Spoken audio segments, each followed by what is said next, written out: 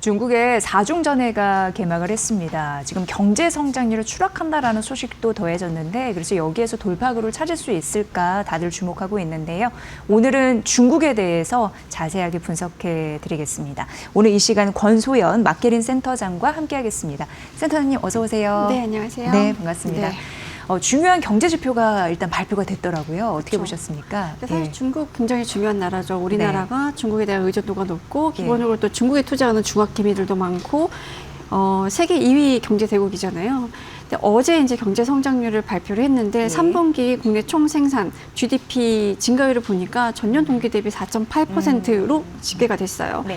1분기에는 5.4%였고 2분기에는 5.2%였는데 성장률이 많이 둔화하긴 했죠. 네. 이게 분기 성장률이 4%대에 그친 게 지난해 3분기 이후 처음이거든요. 그러니까 올해 성장률이 이제 상반기 5.3%였는데 3분기에 5% 밑으로 나오면서 이제 3분기까지 반영하면 5.2%좀 낮아졌고 이게 사실 미국과 관세 전쟁 뭐 지금 여전하죠. 근데 그럼에도 수출은 조금 괜찮았지만 이제 내수 경기가 얼어붙었어요. 그러면서 성장률을 끌어내린 건데 중국의 경제 중에 이제 내수에 의존하는 의존도가 한 60% 이상이거든요. 네. 그렇기 때문에 중국 경제를 볼 때 내수가 굉장히 중요한 건데 지금 내수 경기가 굉장히 좀 안 좋은 상황이고 그래서 이제 성장률은 5% 밑으로 떨어졌는데 아침에 증거사 리포트를 좀 찾아봤어요. 그랬더니 대체적으로는 좀 긍정적인 평가들이었던 것 같아요. 그러니까 예상치에 부합했다. 어쨌든 우리 증시에서는 항상 예상치보다 높냐 낮냐가 이제 중요한 거라서 예상치에는 부합했거나 조금 높았다라는 평가였고 이 정도면 굉장히 걱정했던 것보다는 좀 선방했다. 이런 평가들이 좀 주류인 것 같습니다. 네.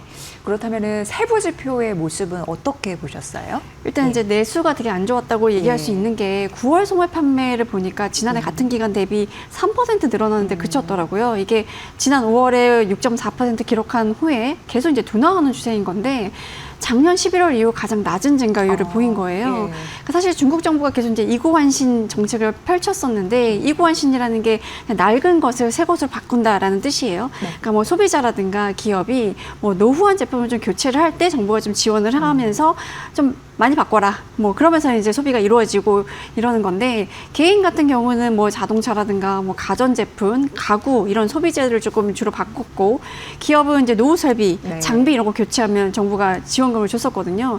그러면서 내수 진작하고 경제 활력을 좀 키우자는 거였는데 이게 사실은 2024년 3월부터 대규모로 시행을 하면서 지금 이제 좀 정점을 찍은 거 아니냐라는 분석이 좀 나오고 있어요. 그러니까 가전, 가구, 통신장비 뭐 이런 것들의 소매 판매 증가율이 이제 고점 찍고 조금 그래프를 그려보면 쭉 올라갔다가 고점 찍고 좀 내리막길을 콕히 이제 그래프를 보여주고 있고 일단 정부의 지원금도 좀 줄어든 게 하반기에 이구환신 보조금이 1,480억 위안이었거든요.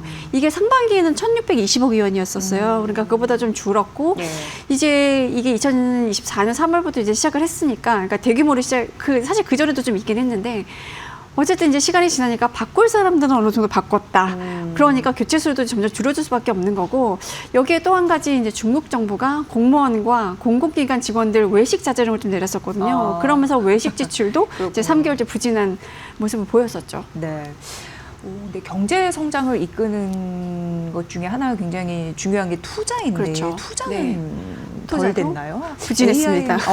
AI 왠지 많이 했을 것 같은데 아니었군요. 근데 일단 이제 수치를 보면 고정자산 투자가 1월부터 9월까지 수치를 보면 작년 같은 기간에 비해서 0.5% 감소했어요. 이게 2020년 8월 이후 5년 만에 처음으로 마이너스를 기록을 한 건데 그때가 이제 코로나19 이제 퍼지던 코고짐이었잖아요.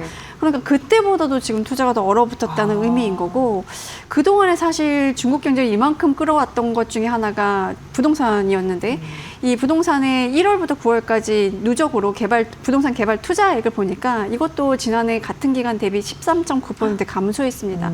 그리고 사회 인프라 투자는 1.1% 증가하는 데 그쳤는데 보통은 이제 민간에서 투자가 줄어들면 정부가 이제 투자를 하면서 좀 메워주는 경향이 있는데 워낙에 부동산 시장이 둔화하고 침체되고 안 좋으니까 지방 정부들조차도 이제 투자에 적극적으로 나서지 않은 거가 이제 이렇게 이제 사회 인프라 투자 증가 폭이 좀 줄어든 걸로 나타난 거고 민간 투자 자체도 3.1% 감소했습니다. 손을 좀 못 대고 있는 상황 같아요. 부동산은 너무 안 좋아서. 그렇죠. 예. 지금 미국과 중국의 무역 전쟁이 어떻게 보면 심리적으로 계속 한창인데 수출은 어땠는지 궁금한데요. 그러니까 결과가. 사실 수출 안 좋을 거라고 다들 이제 예상을 했었는데 생각보다는 괜찮았어요. 그러니까 미국 전쟁, 무역 전쟁, 미중 무역 전쟁 지금 한창인 거죠. 사실 지금 뭐 대규모로 관세를 확 부과하기 시작하거나 이런 건 아닌데 뭐 약간 좀 히스토리를 좀 짚어 보면 트럼프 대통령이 2기 행정부 들어서 초반에 이제 무역 전쟁 시작을 했죠. 그래서 세계 57개국에 부과할 상호 정책 발표하면서 중국에는 34%, 그러니까 다른 나라보다 조금 높게 부과를 하겠다라고 발표를 했고, 뭐 그러니까 이제 중국도 미국산 수입품에 우리도 34% 부과하겠다 이렇게 약간 맞불을 놨고, 그 이후에 미국이 그럼 우리 104% 할게, 그러다가 125% 할게, 145% 할게 이렇게 점점 이제 세 자릿수까지 늘어났고요. 중국도 이제 대미 관세율을 34%였는데 이게 이제 84%, 125% 이렇게 높이면서 거의 이제 치킨 게임 양상을 좀 보였었거든요.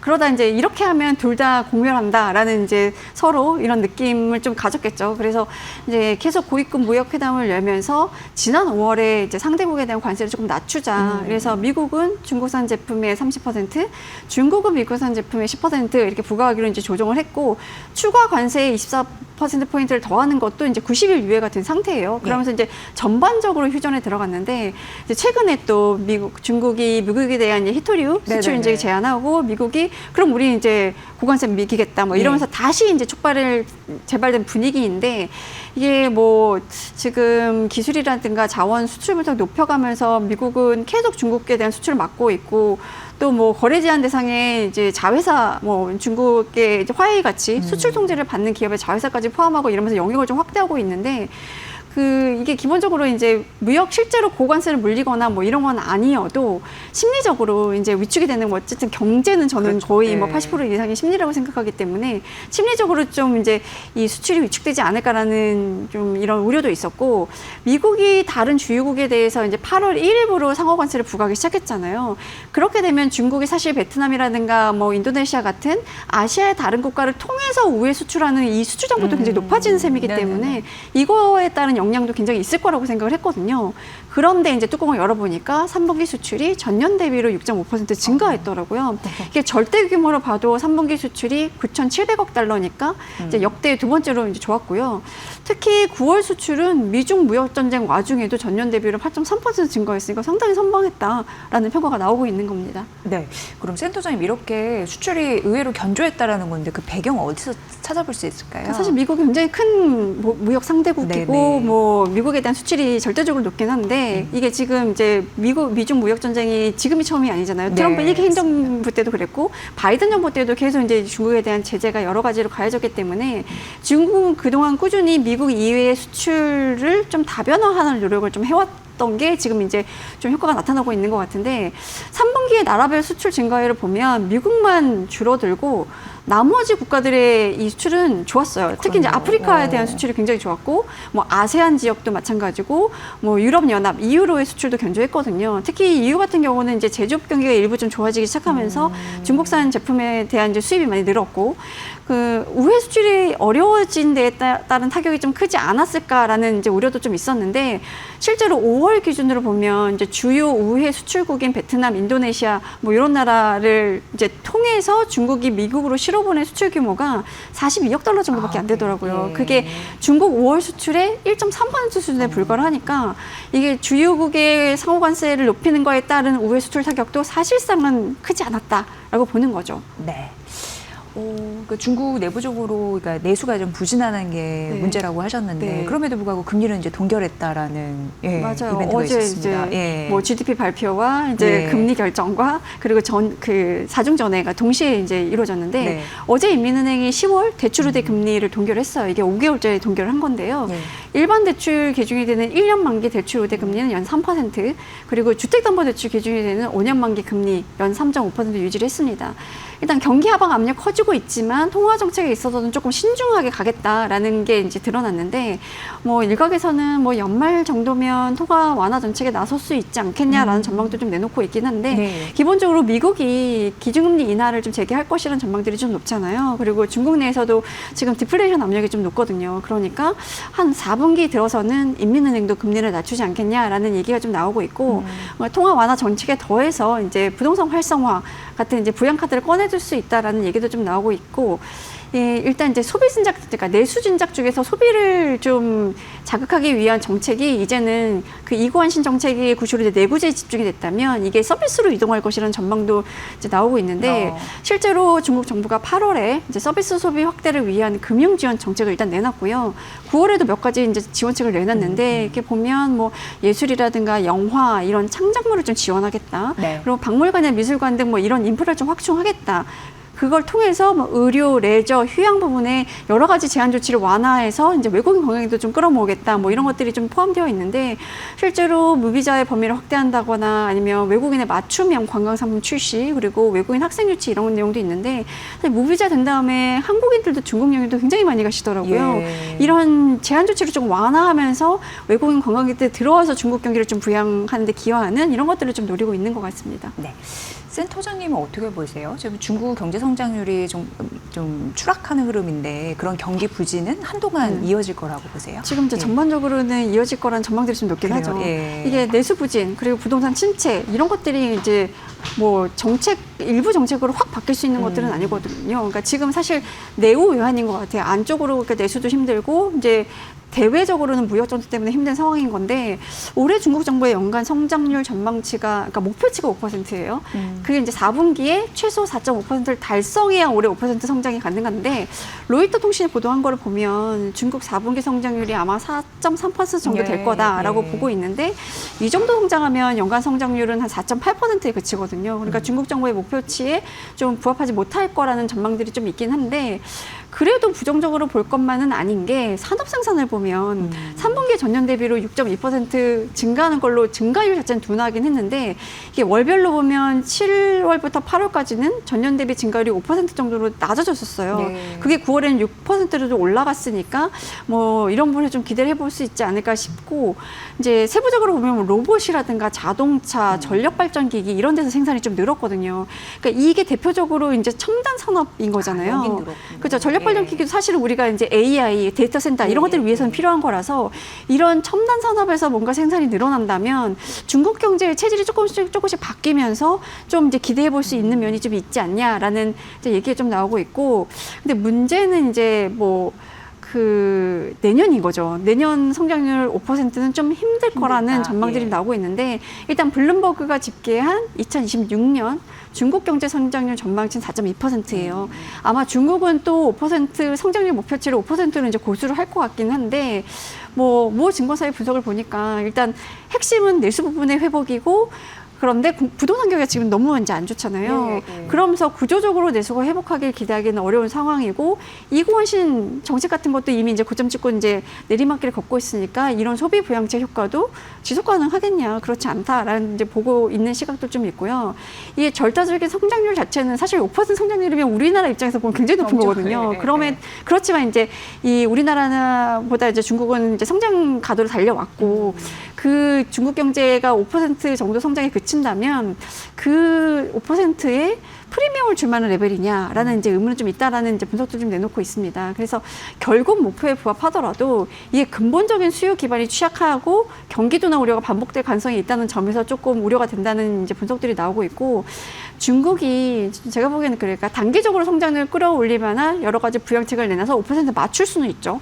근데 그게 지금 급한 거냐 아니면 지금 5% 밑에 성장률을 이제 용인하더라도 중장기적으로 중국 경제 체질을 바꿔나가는 데 집중할 것이냐. 그러면 이제 미래를 보면 사실 중장기적인 체질 개선이 더 유리한 면이 있긴 한데 지금 이제 단기적인 경제 성장률에 집착할 건지 중장기의 경제 이 활력을 갖추는 데 집중할 건지를 좀 봐야 될 텐데 어떤 면을 선택할 거냐에 따라서 중국의 미래가 조금 바뀌지 않을까라는 생각이 전 개인적으로 좀 한몫하고 있습니다. 네.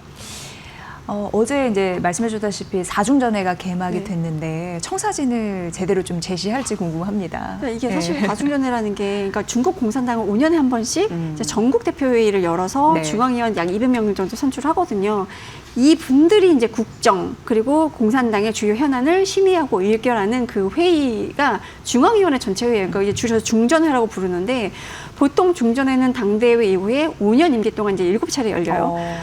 1중전회는 당 최고 지도부를 뽑는 이제 회의고 2중전회는 보통 이제 국가주석, 총리 이런 국가 지도부를 이제 인선을 하는 회의고 3중 전에부터가 이제 경제 정책 그리고 이제 뭐 발전 방향 그리고 그거에 따른 후속 조치 그리고 당내 조직 통치기구 정부 이런 것들을 하는데 지금 이제 20일부터 23일까지가 4중 전회 기간이거든요.